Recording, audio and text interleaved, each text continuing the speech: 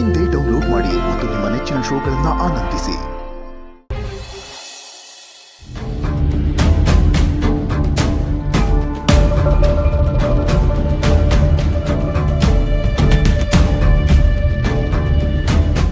ಜಾನಕಿ ಅವರು number change ಮಾಡಿದಾರಾ ಅಥವಾ ಬೇಕಂತಾನೆ switch off ಮಾಡಿಟ್ಟಿದ್ದಾರಾ? ಯಾಕೆ ಹೀಗೆ ಮಾಡ್ತಾ ಇದ್ದಾರೆ?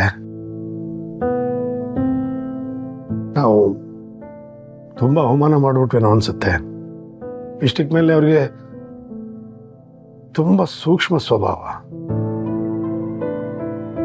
ಸ್ವಾಭಿಮಾನ ಜಾಸ್ತಿ ಅಂಥದ್ರಲ್ಲಿ ಅವ್ರು ಇನ್ನೇನು ಮಾಡ್ತಾರೆ. ಆದರೆ ಇದು ಯಾವುದಕ್ಕೂ ನಾನು ಕಾರಣ ಅಲ್ಲ ಅಂತ ನಾನು ಹೇಳಬೇಕಾಗಿತ್ತು. ಹೇಗೆ ಹೇಳಿ?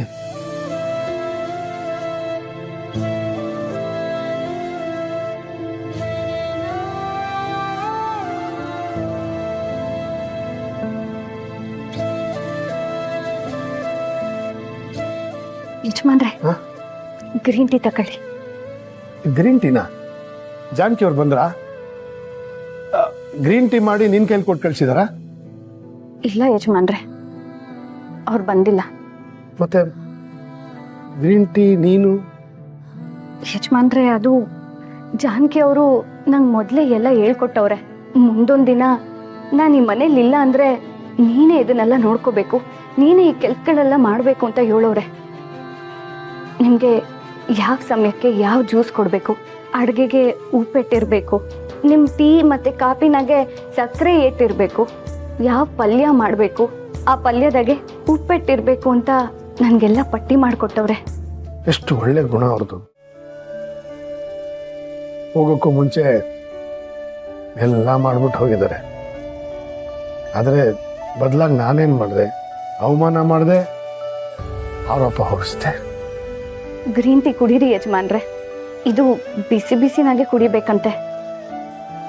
ಜಾನಕಿ ಅವರು ಇದೇ ಟೈಮ್ಗೆ ನೀವು ಪ್ರತಿದಿನ ಟೀ ಕೊಡ್ತಿದ್ರಲ್ವೇ? ಗ್ರೀನ್ ಟೀ ಇದು ಸ್ವಲ್ಪ ಕಹಿಯಾಗಿರುತ್ತಲ್ಲ? ಹಾಗೇನಿರಲ್ಲ, ಇದು ಆರೋಗ್ಯಕ್ಕೆ ತುಂಬ ಒಳ್ಳೆಯದು, ಚೆನ್ನಾಗಿರತ್ತೆ, ತಗೊಳ್ಳಿ.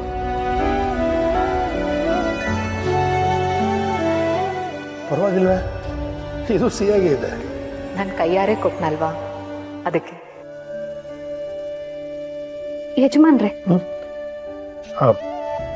ಟೀ ಬಿಡ್ತೀರಮ್ಮ.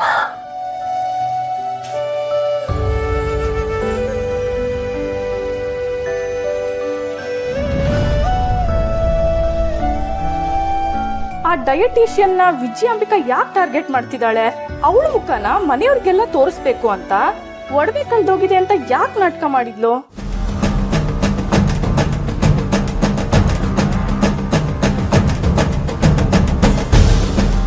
ಯಜಮಾನ್ರೆ, ನಿಮ್ಗಿದನ್ನೆಲ್ಲ ಹೇಳ್ಬೇಕೋ ಬೇಡವೋ ಅಂತ ನನಗೆ ಗೊತ್ತಿಲ್ಲ, ಆದರೂ ಹೇಳ್ಬಿಡ್ತೀನಿ.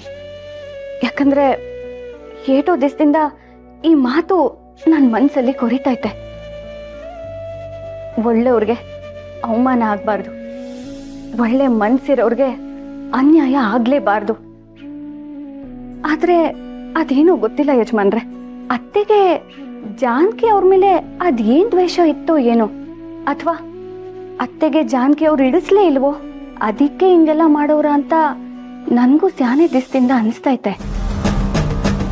ಆದ್ರೂ ಅತ್ತೆಗೆ ಜಾನಕಿ ಅವ್ರ ಮೇಲೆ ಈಟೊಂದು ಜಿದ್ದು ಅದು ಯಾಕೆ ಅಂತಾನೆ ಗೊತ್ತಾಯ್ತಾ ಇಲ್ಲ.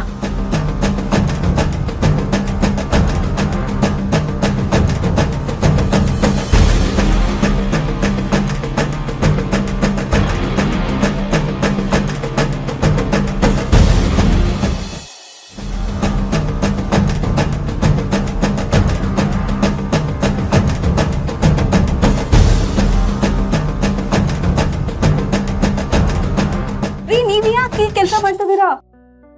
ಕೂಗಾಡ್ಬೇಡವರ, ಈ ವಿಷಯ ಅಮ್ಮ ಗೊತ್ತಾಗ್ಬಾರ್ದು. ಹಾಗಂತ ನೀವ್ ಹೇಳ್ತಿದ್ದೀರಾ, ಆದ್ರೆ ಅತ್ತೆ ನನ್ನ ಮೇಲೆ ಒಂದ್ ಕಣ್ಣು ಇಟ್ಟಿರ್ತೀನಿ ಅಂತ ಹೇಳ್ತಿದ್ದಾರೆ. ನೀವ್ ನನ್ಗೆ ಕೆಲ್ಸಕ್ಕೆ ಹೋಗೋಕೆ ಇಷ್ಟೆಲ್ಲ ಸಪೋರ್ಟ್ ಮಾಡ್ತಿದ್ದೀರಾ, ಆದ್ರೆ ಅತ್ತೆ ನಂಗೆ ಮನೇಲಿ ಕೈ ತುಂಬಾ ಕೆಲಸ ಕೊಟ್ಟಿದ್ದಾರೆ. ಓ, ಇದ ವಿಷಯ? ಹಾಗಿದ್ರೆ ಅಮ್ಮ ನಿನ್ನ ಆಚೆ ಕೆಲ್ಸಕ್ಕೆ ಹೋಗೋದನ್ನ ತಡೆಯೋದಿಕ್ಕೆ ಮನೇಲಿ ಕೆಲಸ ಕೊಟ್ಟು ಕಟ್ಟ ಹಾಕಿದಾಳೆ. ಅವ್ರು ನನಗೆ ಕೆಲಸ ಕೊಟ್ಟದಕ್ಕೆ ಬೇಜಾರೇನಿಲ್ಲ, ಆದ್ರೆ ಅವ್ರು ಹೇಳಿದ್ದನ್ನೆಲ್ಲ ನನಗೆ ಮಾಡಕ್ಕಾಗ್ತಿಲ್ಲ, ಅದೇ ಬೇಜಾರು. ಏ ಅವ್ರು ಹೇಳಿದೆಲ್ಲ ಮಾಡ್ತಾ ಕೂತ್ಕೊಂಡ್ರೆ ನಿನ್ ಕೆಲ್ಸಕ್ಕೆ ಹೋಗಕ್ಕಾಗತ್ತಾ? ಎಲ್ಲ ನನ್ ಕರ್ಮ. ನೀವ್ ನೋಡಿದ್ರೆ ಕೆಲ್ಸಕ್ ಹೋಗು ಅಂತೀರಾ, ಅತ್ತೆ ನೋಡಿದ್ರೆ ಕೆಲ್ಸಕ್ ಹೋಗ್ಬೇಡ ಅಂತಾರೆ. ನಾನ್ ಹೊರಗೆ ಹೋಗಿ ದುಡಿಲ್ಲ ಅಥವಾ ಮನೇಲೆ ಎಲ್ಲ ಕೆಲಸ ಮಾಡ್ತಾ ಕೂತ್ಕೊಳ್ಳ? ನನ್ಗಂತೂ ಒಂದು ಗೊತ್ತಾಗ್ತಿಲ್ಲ. ಈಗ ಇದನ್ನೆಲ್ಲ ಯೋಚನೆ ಮಾಡ್ಬೇಡವರ.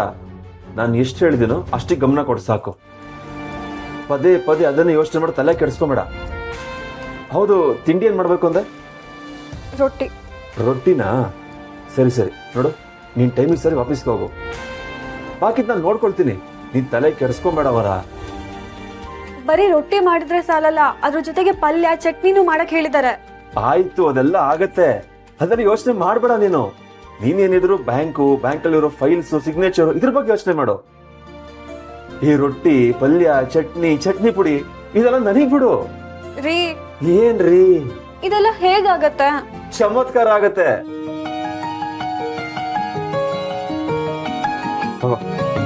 ಈ ಸೀರೆ ಉಟ್ಕೊಂಡು ರೆಡಿ ಆಗೋ ಅಷ್ಟರಲ್ಲಿ ನಾನು ಏನ್ ಮಾಡ್ಬೇಕು ಅದನ್ನ ನಾನು ಮಾಡ್ತೀನಿ. ಹೊರಡು ಅನ್ನಲ್ಲವರ.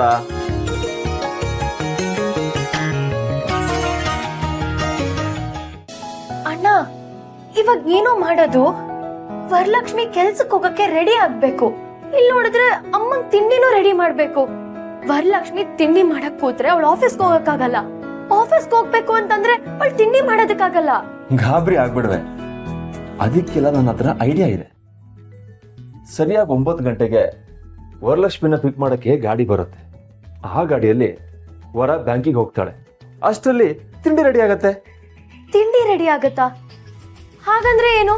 ಅಂದ್ರೆ ನಾನ್ ತಿಂಡಿ ರೆಡಿ ಮಾಡ್ಬೇಕಾ? ಹೇ, ತಿಂಡಿ ರೆಡಿ ಮಾಡಕ್ ನೀನ್ ಅಡುಗೆ ಮನೆಗೆ ಬಂದ್ರೆ ಅಮ್ಮನ ಮ್ಯಾನೇಜ್ ಮಾಡೋದು ಯಾರು ಶಿವಲ್ಲಿ? ನೀನು ಅಮ್ಮನ ಜೊತೆ ಮಾತಾಡ್ತಾ ಇರು. ಅಮ್ಮನ ಜೊತೆ ಮಾತಾಡ್ತಾ ಅಮ್ಮನ ಡೈವರ್ಟ್ ಮಾಡು. ಅಷ್ಟ್ರಲ್ಲಿ ನಾನು ರೊಟ್ಟಿ ಹಿಟ್ಟು ಕಲಿಸ್ತೀನಿ. ನೀನು ರೊಟ್ಟಿ ಇಟ್ ಕಲ್ಸದ? ಲೋ, ನಿನ್ಗಿದೆಲ್ಲ ಮಾಡಕ್ ಬರುತ್ತಾ? Technology Srivalli, technology. AI ಕಾಲ ಕಣ ಇದು. ರೋಬೋಟ್ಗಳೇ ಮದುವೆ ಆಗಿ ಸಂಸಾರ ಮಾಡೋ ಕಾಲದಲ್ಲಿ ಆಫ್ಟರ್ ಆಲ್ ನಮ್ಗೆ ರೊಟ್ಟಿ ಹಿಟ್ಟು ಕಲ್ಸಕ್ ಬರಲ್ಲ ಅಂತ ಅನ್ಕೊಂಡಿದ್ಯಾ? ಯೂಟ್ಯೂಬ್ ನೋಡಿ ಕಲ್ತಿದ್ದೀನಿ, ಪ್ರಾಕ್ಟಿಕಲ್ ಆಗಿ ಮಾಡ್ತೀನಿ ಅಷ್ಟೇ. ಲೋ ಅಣ್ಣ, ಟೆಕ್ನಾಲಜಿ ಯೂಸ್ ಮಾಡ್ಕೊಂಡು ಕಂಪ್ಯೂಟರ್ ಅಲ್ಲೋ ಮೊಬೈಲ್ ಅಲ್ಲೋ ಕೆಲಸ ಮಾಡಕ್ಕೂ ಈ ಅಡಿಗೆ ಮನೆಗೆ ಹೋಗಿ ರೊಟ್ಟಿ ಕಲ್ಸೋದಕ್ಕೂ ತುಂಬಾ ವ್ಯತ್ಯಾಸ ಇದೆ ಕಣೋ. ಅದೆಲ್ಲ ನಂಗೆ ಗೊತ್ತಿಲ್ಲ ಅನ್ಕೊಂಡಿದ್ಯಾ ನೀನು? ಯೂಟ್ಯೂಬ್ ಅಲ್ಲಿ ಹೇಗೆ ಹೇಳ್ತಾರೋ ಹಾಗೆ ಮಾಡಿದ್ರೆ ಆಯ್ತು, ಬಿಸಿ ಬಿಸಿ ರೊಟ್ಟಿ ರೆಡಿ ಆಗತ್ತೆ. ಏನೋ ಗೊತ್ತಿಲ್ಲ ಕಣೋ, ನಮ್ಮ ಆರೋಗ್ಯ ನಿನ್ ಕೈಯಲ್ಲಿದೆ. ಏಯ್ ಸುಮ್ನಿರೆ, ನಾನು ಚೆನ್ನಾಗೇ ಮಾಡ್ತೀನಿ. ಸರಿ, ಇವಾಗ ವರಲಕ್ಷ್ಮಿ ರೆಡಿಯಾಗಿ ಬರೋಷ್ಟರಲ್ಲಿ ನಾನು ಹಿಟ್ಟು ಕಲಿಸ್ಬೇಕು. ನೋಡು, ಅಪ್ಪಿ ತಪ್ಪಿ ಅಷ್ಟರಲ್ಲಿ ಅಮ್ಮ ಬಂದ್ರು ಬರ್ಬೋದು. ಅವ್ರು ಬರ್ದೇ ಹೋಗೆ ನೀ ಅಮ್ಮನ ತಡಿಬೇಕು. ಆಮೇಲೆ ಅಮ್ಮ ವರ ಇಲ್ಲಿ ಅಂತ ಕೇಳಿದ್ರೆ ಏನಂತ ಹೇಳೋದು? ಆ ವರಲಕ್ಷ್ಮಿ ಅಡಿಗೆ ಮನೇಲಿದ್ದಾಳೆ, ಬಿಸಿ ಬಿಸಿ ರೊಟ್ಟಿ ತರ್ತಿದ್ದಾಳೆ ಅಂತ ಹೇಳ್ಬಿಡು ಅಷ್ಟೇ.